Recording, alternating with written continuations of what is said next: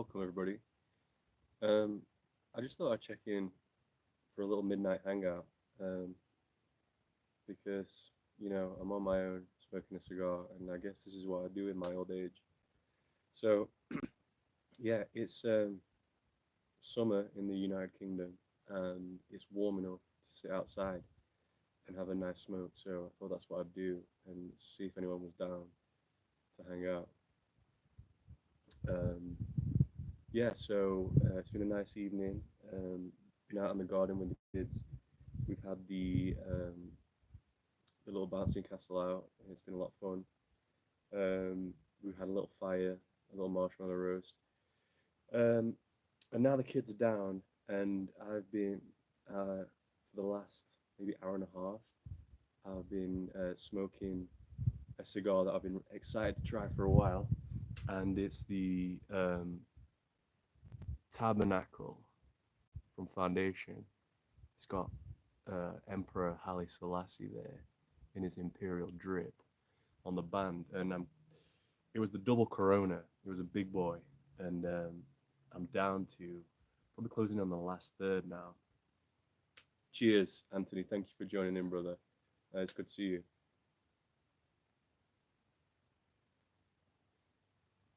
So, the smoke on this is positively chewy, lads. It's chewy, like a fudge cake. Um, and the flavors, full bodied, really bold. Um, it was very peppery to begin with, and I find that fairly common with Nicaraguan tobaccos. This is it's from the Esteli region. Um, so yeah, a lot of pepper on the first hit, but that some sweet notes came in, like some like molasses kind of notes, um, and then very chocolatey.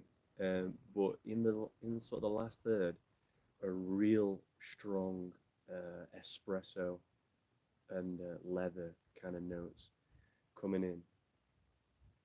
But yeah, really full bodied, and it was just the kind of smoke that I was after. So yeah, I'm just trying a little solo thing. Yeah, it's good, Anthony. I've enjoyed this for sure, and I've been drinking it with a sun dried Colombian dark roast with a little maple syrup in there. I put the maple syrup in there one because I thought the sugar would help with some of the nicotine in this. I was even a little bit. I found it a little bit daunting to smoke this because I'm trying to get that bubble level. Yeah, I even found it a little bit daunting because the wrapper is so dark. Um,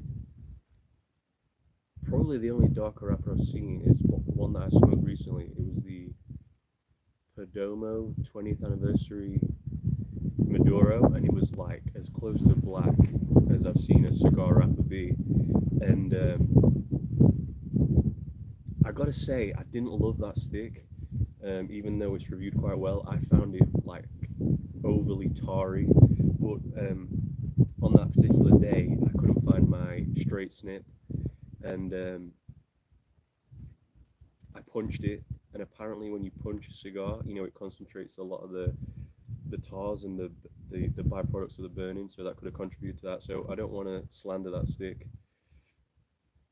I may try it again, but yeah, this was such a dark wrapper, and like I said, I found it a little bit daunting to try. So that's why I put the maple syrup in the old coffee, like a little bit of sugar to offset the nicotine. I find that always helps. But not only that, the maple flavor is really complementing some of the uh, cacao and coffee notes of the stick. Yeah, so the thing about the punch, I found it hit and miss. Like a lot of times, I've punched a cigar and um, and then I've revised it with a straight snip. Yeah, yeah, I totally agree with that, man. I totally agree. Like it's always there as a backup, and I've been told that like in Cuba, it's always a straight cut. That's just that's just the convention over there. It's always a straight cut. But definitely, I like to keep it there as a backup. I did straight cut this, by the way. The drawer is nice and open on this one. Uh,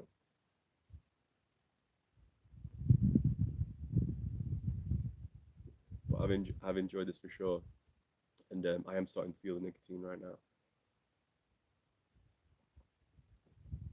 And I did recently come in to some Cornell and Deal, the Burley Flake #1, which is a personal favorite, and that's a lot stronger than I remember it being. Um, that's real. The nicotine in that has really been hitting me, but I've really missed those American Burleys. Especially those dark Burleys. We just don't get those flavors in the UK blends, and I've really missed that, and especially that little hit of Perique in there that really offsets the chocolatey burley with just a little bit of fruity spice from the Perique. I'm just such a fan of that. Yeah, I've never used a pocket knife, but I've been tempted to in the past when a cutter hasn't been to hand. Maybe one day I'll do the tough guy thing. And I'll just bite off the foot and spit it out. But yeah, then you get all the little bits, right? All the little filler. And you like spitting those out.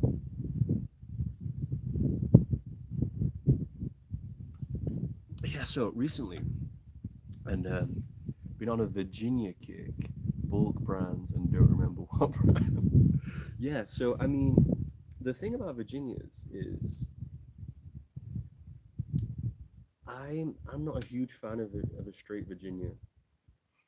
I just find them um, a little bit bitey, and maybe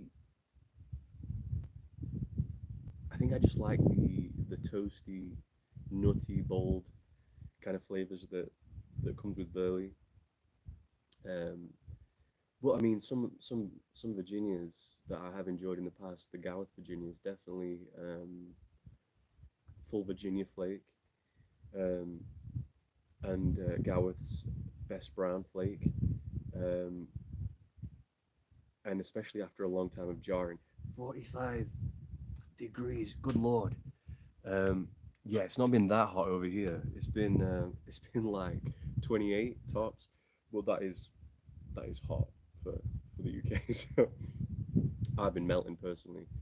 Yeah, I tend to like it colder. But right now, obviously it's almost midnight here. The sun is down, and the temperature's just right for an outdoor smoke. Not too windy either. That's normal. Good lord, I don't know. I don't know how you cope. I guess you're more set up for over there. You've got a lot more AC. AC is not really a thing over here. Not so much. Certainly not like in like personal homes. We don't have it. I guess we don't really need it. But yeah, dude, I melt. I'm not built for it. Um, but yeah, so yeah, I enjoyed those Virginias, the full Virginia flake, the best brown, and especially after a long time jarring. That's like Virginias particularly respond to a long time in the jar, really mellow out. The full Virginia flake became really sweet. Like it had a really sour vinegary kind of note when it was fresh, like an apple cider vinegar, which wasn't unpleasant. I did like that, but then it really mellowed out and sweetened out into like an apricot peach kind of jam flavor, which is really good. And it picked up some of those sugar crystals as well, which you know it looks great. It looks like little it's like a Twilight vampire. It looks like Edward Cullen after he's been in the jar for a while.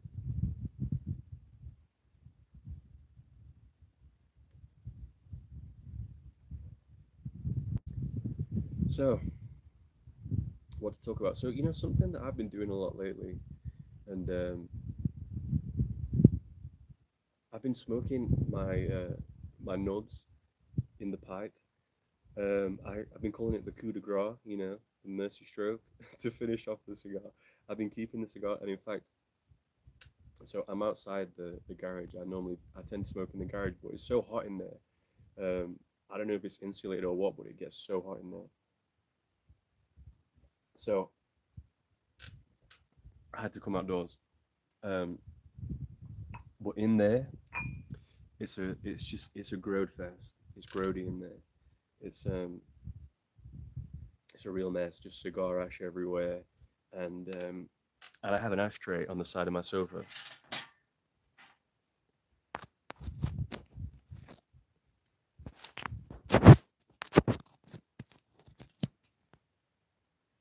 Sorry, lads, just putting some juice on the phone. Um, yeah, so I got an ashtray on the side of my sofa where I keep all the nubs, and I just didn't empty it for like a good few months, and there were a lot of nubs in there. And one day I just decided I was going to smoke the nub on a cigar that I had finished, and I really enjoyed it. There's a different kind of flavor that the I don't know if it comes from the briar or just like the way that the pipe smokes, but I really enjoyed it. I just take the nub and knock the ash off, and I break up the nub like I would a flake, and I put it in the pipe. Um, yeah, man, it's bad in there. It's a real it's uncivilized. It's savage. I need to sweep up in there for sure. Um, yeah, and I've got into this habit of if I have a new bourbon, if it's a bourbon that I've tried for the first time, I keep the bottle on the on the windowsill like a try hard college student. Um, so there's a few up there now. Um, my dad got me a Japanese whiskey. I can't remember the name of it. It was a Japanese single malt. I know that's not bourbon, but that's up there. The Knob Creek 9 year. Yeah, I know. Sorry, it's cringe. It's cringe. Um, but yeah, I keep them up there. So yeah, the Knob Creek 9 years up there, fairly recently, which I really enjoyed. Um, the Whistle Pig 10 year rye, which I know you weren't a huge fan of, Anthony, but I really like that. That's something that I tend to get for special occasions, Easter and Christmas mainly. Um, and yeah, all the old classics, Bullets up there, um, Buffalo Trace, of course. Yeah, the Knob Creek 9 year was really good. So over here, Anthony, there is a one of the major chain grocery stores, Tesco, got in the Elijah Craig, and I've seen a bit of talk about that online, but it's not really something that we've had over here in the past. Um, it's about 42 quid, which is pricier than usual. Do you think it's worth it? Because Dion and I we were thinking of giving it a try. The Elijah Craig, uh, but yeah, mainly I I'm not a connoisseur, but I do enjoy the bourbon. I tend to get whatever is on offer here. It's usually Buffalo Trace or Bullet. Woodford Reserve I do like a little bit pricier, but I will spring for Woodford Reserve. I did get a chance recently to try the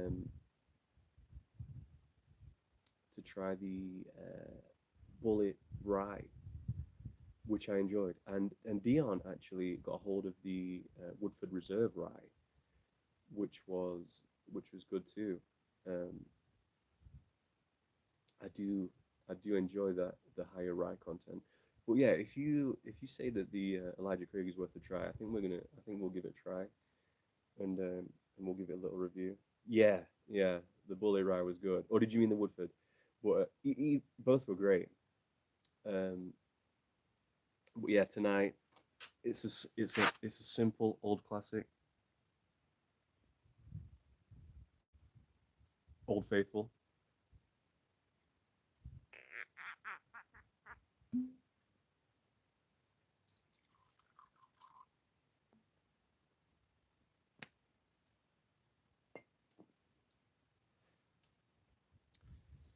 Really, you don't like Woodford? What is it about Woodford that you don't care for? Um, I think I think I prefer Woodford over like Buffalo and Bullet. I do. I think I like. So my main rotation is those three. I would say Buffalo, Woodford, and Bullet, and I like them all. But I think I do prefer the Woodford, generally speaking. Um, the kids got me a bottle of Maker's Mark for Father's Day, and by the kids I mean um, my mum. So and that's a wheat, right? Um, and I like it, um, but it's not my favorite. Picked up two bottles of Glen Glasso. I'm probably butchering that single malt Scotch. Amazing, yeah. I've really been. I really haven't had a good Scotch in a long while, um, and I really only got into Scotch, whiskey in general, to be honest, in the last 3 or 4 years. Um, and I started with the Highland Park 12, um, because I was told that it was, like a nicely balanced whiskey, and it was sort of like a good entry entry level Scotch. And I got to say, I really did enjoy that. Yeah, yeah, that's fair, man. That's fair. Um, yeah, I enjoyed the Highland Park 12. Yeah, very, yeah, like the review said, pretty balanced. Yeah, definitely like a lot of honey sweetness to it. Um, and maybe just like a touch of like smoke, not very subtle, not too much at all. Um, but I 15. I haven't seen the 15. Do you know what? And I was just about to say I don't see the 12 anywhere anymore. I see the 10. I see the 10, which I also like, and I believe the 10. No, I'm thinking of Dragon Scars. Did you ever try Dragon Scars? That's aged in sherry barrels, right? A lot or so sherry barrels. I did get hold of the Dragon Scars a few years ago, and I did enjoy Dragon Scars. Um, but the other one that I like is yeah, lightly peated. Yeah. The other one that I like is Bunnahabhain. Um, cannot for the life of me pronounce like the Gaelic, but it comes in the blue bottles. It's like Sturadir. I cannot pronounce it for the life of me, but that's one I like too. Um, what else did I try in Scotch?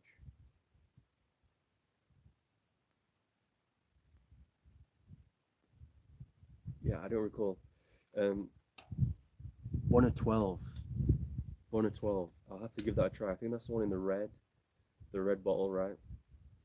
I do like the Bunnahabhain. Yeah, so one year, I think it was Christmas or birthday, my dad got me um, Penderyn, which is a Welsh whiskey, which it wasn't certainly wasn't the uh, best I've tried, but it was good. It was drinkable, and like I said, he got me the Japan. I want to say it's called Hayazaki. I think last Christmas, and I really enjoyed that. Dion and I finished that off actually. Um, look for Speyburn 10 if you can find it. One and 12 with the red label, yeah. Speyburn. I'll give that a try for sure. I'm always looking to try something new. Yeah, I think it's called Hayazaki. Yeah, yeah. Hayazaki, the Japanese one. It was good. Um, yeah, I remember I think for my 30th, I went out with my dad, and he kind of took me on like a little whiskey tour around Sheffield, and I want to say he got me a Suntory, which was about like £8 for a single, um, and that was good too. Yeah,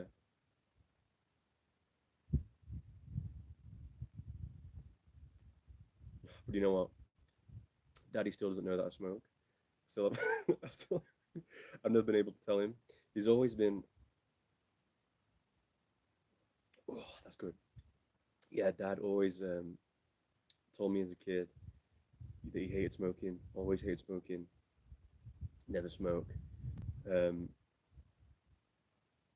and so yeah, I've just never told him. I've got a feeling that he knows because I think he's seen the accoutrement around the house. You know, he's seen the pipe rack and stuff. So, but he's never mentioned it. Um, but yeah, I've never had the open conversation with like, yeah, Dad, I enjoy pipe now, or you know, I enjoy a cigar. I just don't think he'd be down for it. Although he likes to drink. Dad loves to drink. So look for a Japanese distillery called Nagahama Roman. Nice. Nagahama Roman. Okay, I'll check that. I'll look that for sure. Obviously, like the big Japanese one that's popular is Nikka, right? Um, I've seen Nikka around, and they do a gin too. Nikka from the barrel, I believe it's called. Not tried it yet. Is that worth a try? The Nikka?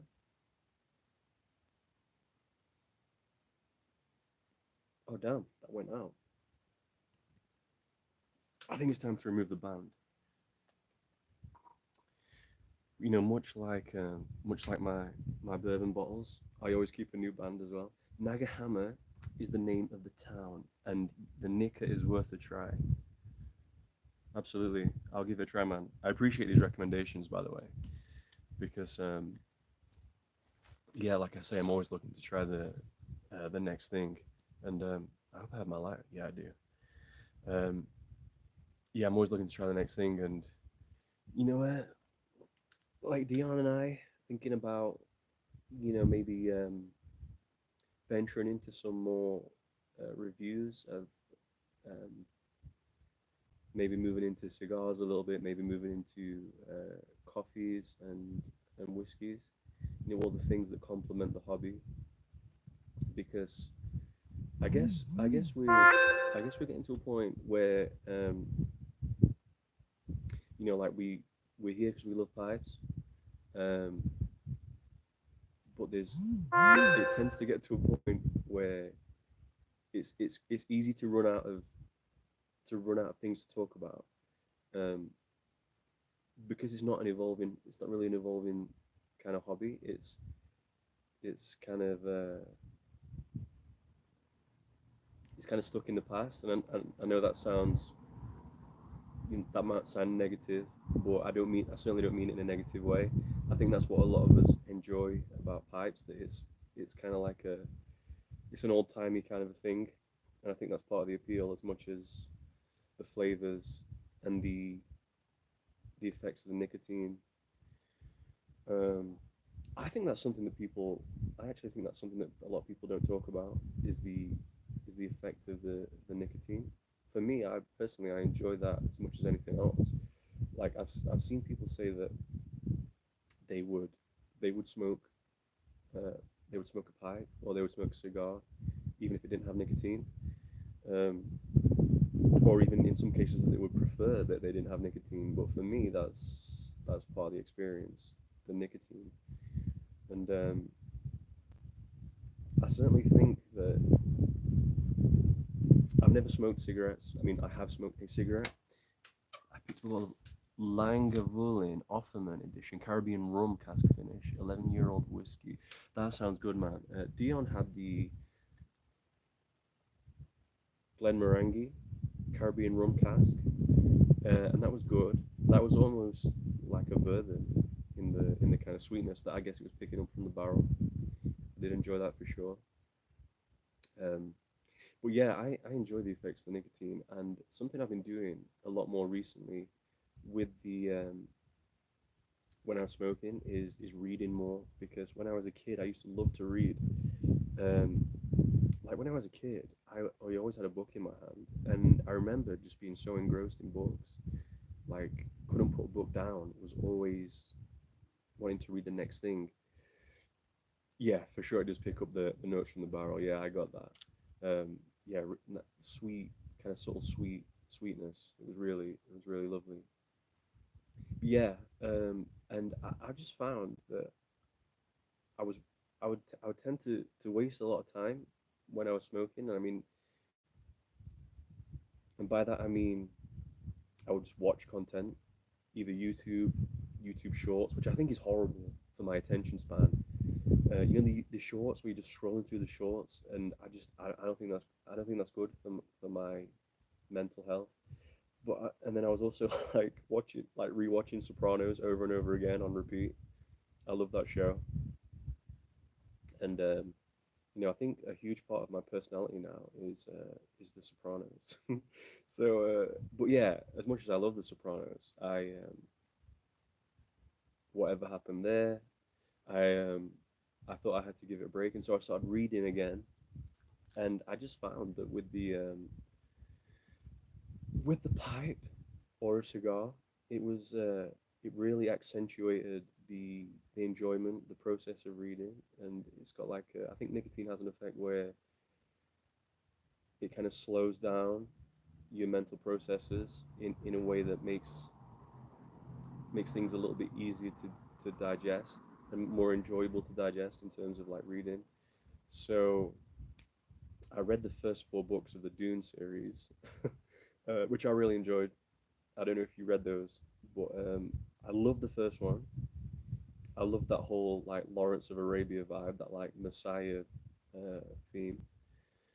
Um, and then two, I felt like two Messiah, as it was called, Doom Messiah. It was like a big departure from the themes of the first one. I thought I love to really smoke a pipe with the weather being over 40 degrees. Yeah, yeah.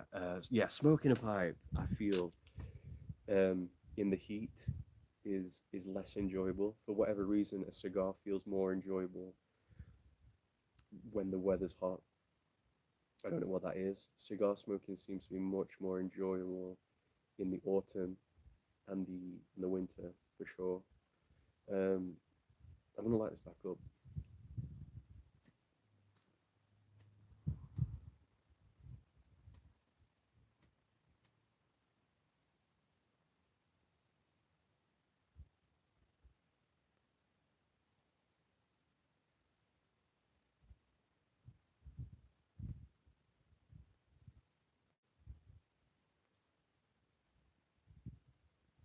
Um, yeah. So what are you reading, Sam? Oh, hey Sam. Thanks for checking in, man. I am doing well. I'm doing well, thank you. Um, I'm smoking, brother. The Foundation Tabernacle. Um, and let me see if I can get the band for you because you'll appreciate this. Um, yeah. So when I started, it was a double Corona. It was a good 7 inches long, and look at the ring gauge on that bad boy. Um, yeah. What did I do with that band?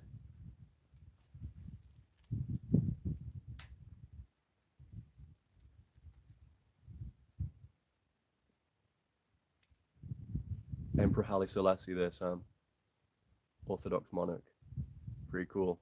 Look at the drip. Um, yeah, I'm good, man. I'm good. Um, not seen your dad for a while. I miss him. But yeah, but we've stayed in touch, and so yeah, I hope you're doing well. Miss you both. Still in the gym. Um, making it to the gym. 3 days a week on a bad week, 4 days a week on a good week. Sometimes five. But man, I'm wiped lately from the gym. It's really taking. I'm an old man now. It's taking its toll on me. But I'm still trying. I'm still trying. But thank you for joining, man. Are you still?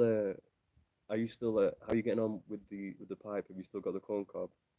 Are you still Are you still smoking? Your dad told me that you like your last birthday, you got some Monte Cristos or some Cubans. How were those? Um, well, yeah. So what are you reading, Anthony? What do you like to read? Are you are you a non-fiction reader or a fiction reader? I tend to like to read. Yeah, I'm doing well, man. Thank you. I tend to enjoy reading a physical book, fiction. But if I'm consuming non-fiction, I prefer that in like an audiobook form for whatever reason.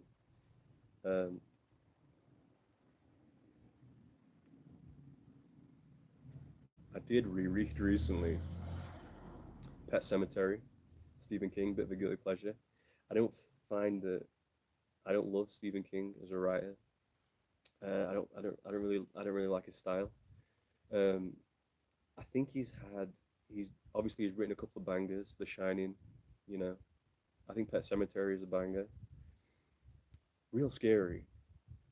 The climax is really chilling. You know, when the kid comes back.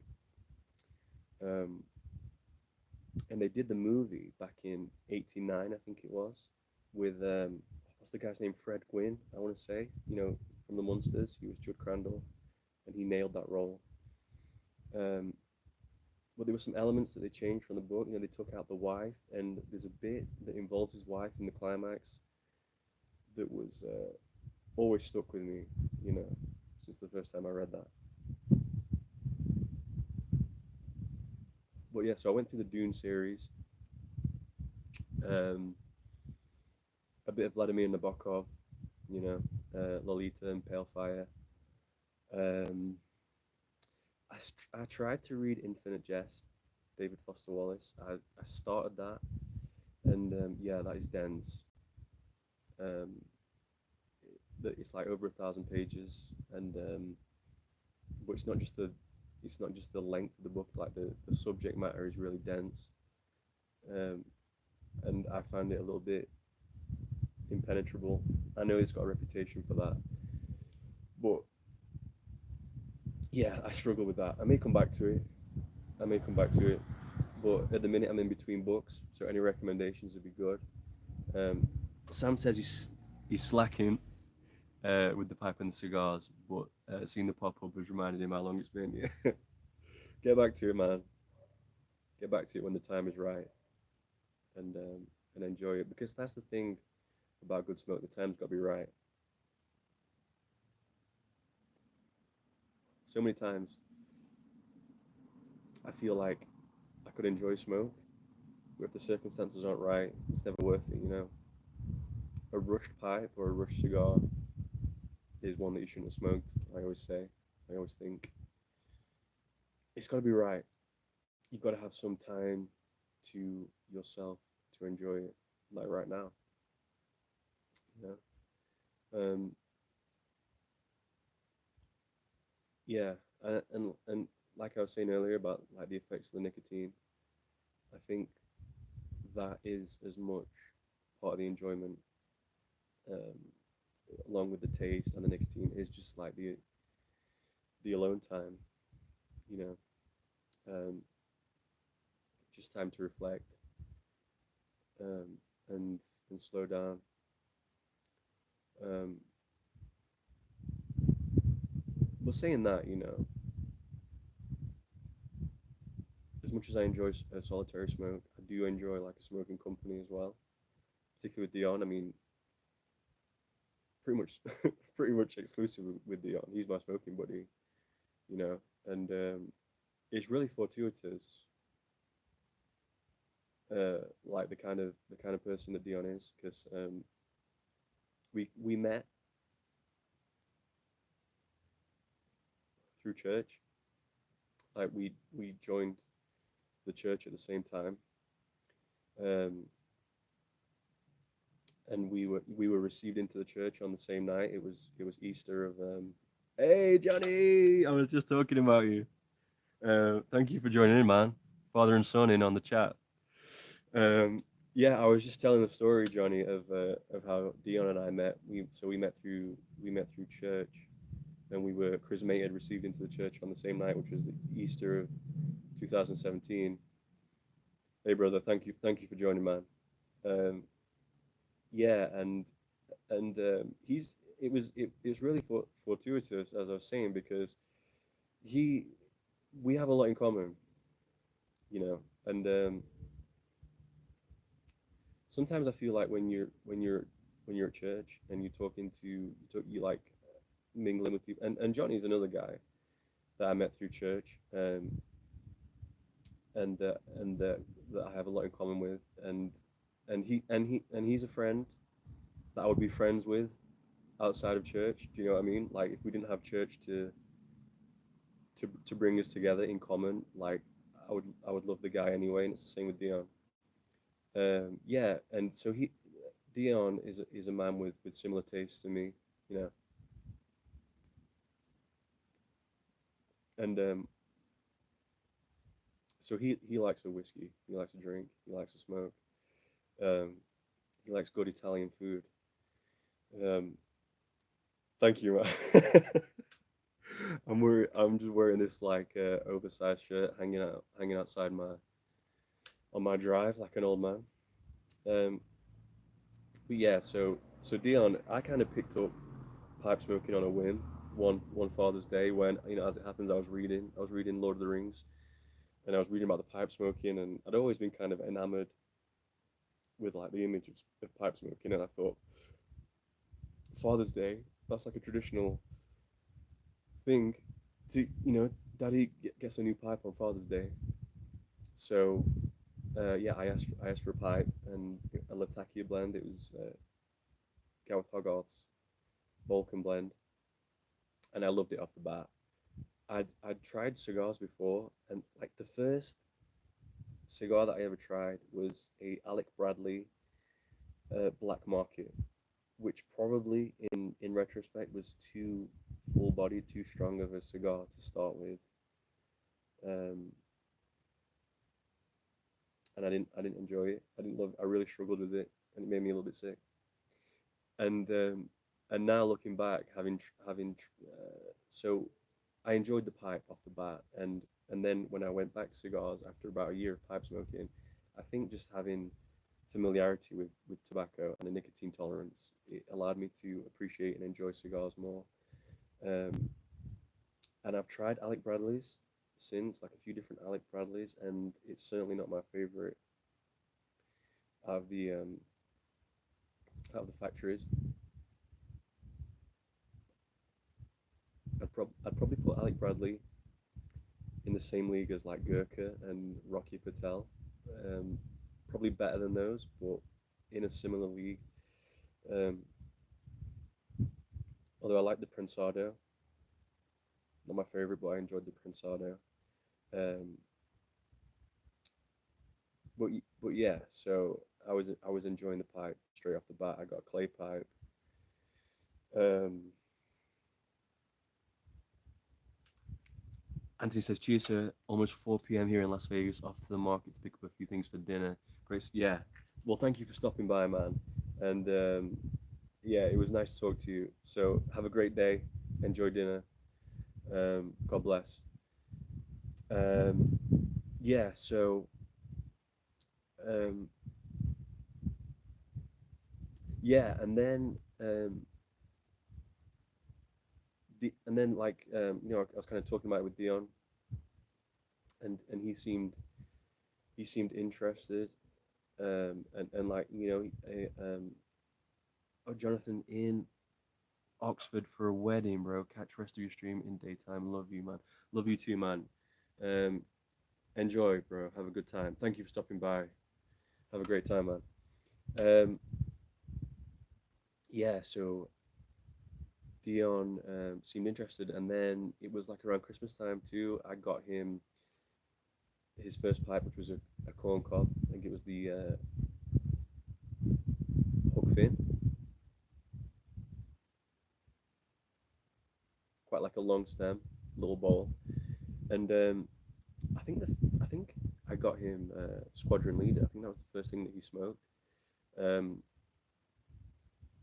and yeah, he took to it.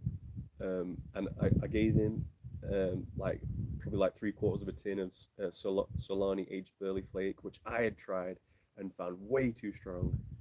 But he just powered through it. I remember I remember like being in the kitchen with him one time, and he'd not been smoking a pipe for very long at all. And he finished like a bowl of probably Squadron Leader, and then he went straight into a bowl of Solani, the aged burley flake, and I was like, should I say something? Uh, he's gonna be sick because I never got through a bowl of it without getting sick. But he just powered through it. Really impressive. Um, so yeah, yeah. So he's got like a taste for those finer things. uh, too, which I do. So yeah, really. I keep saying fortuitous. Maybe I'll say serendipitous. It was serendipitous that we met, and now we're sharing the love on YouTube. Um,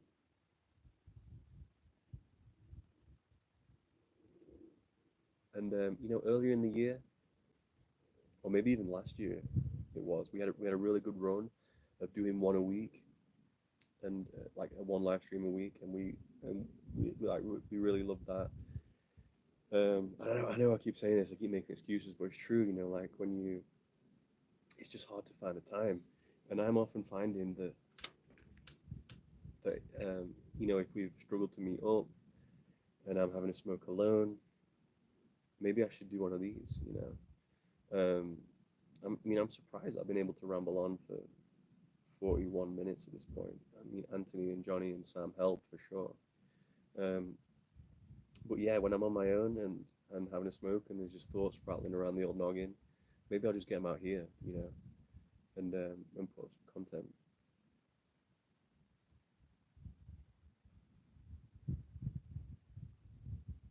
But yeah, coming to the end of this bad boy right now, and the burn's getting a little uneven, but that could be my lighting. Um, it's burned pretty well for for the majority of the steak. I'm definitely feeling the nicotine in it now. It's coming on strong, um, and I may get another coffee and a little bit more maple syrup, a little bit more sugar to offset that. But yeah, I'll probably wrap up here because I think I'm running out of things to yap about. But I've enjoyed this. I've enjoyed this little midnight hangout. Um, it's cooling down a little bit.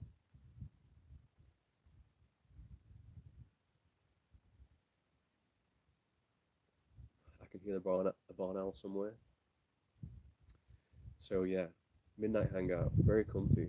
I've enjoyed it, and thank you to the guys that joined in. I always love talking to you. So yeah, thanks for joining, and I'm hoping to do more of these. You know, and maybe these are a bit more of a personal thing where, like I said, I'll yap about whatever's on my mind, and you guys can join me for a hangout and chat, and we can just talk it over, whatever it is. Like I enjoy this kind of like virtual smoke lounge kind of a thing, because we don't have these places where we can do this anymore. So maybe that virtual is all we've got right now. But yeah, I'm gonna call it a night. Finish this off probably in the Grody garage. Um, yeah, it's been a blast. I've enjoyed it. Um, see you next time. God bless.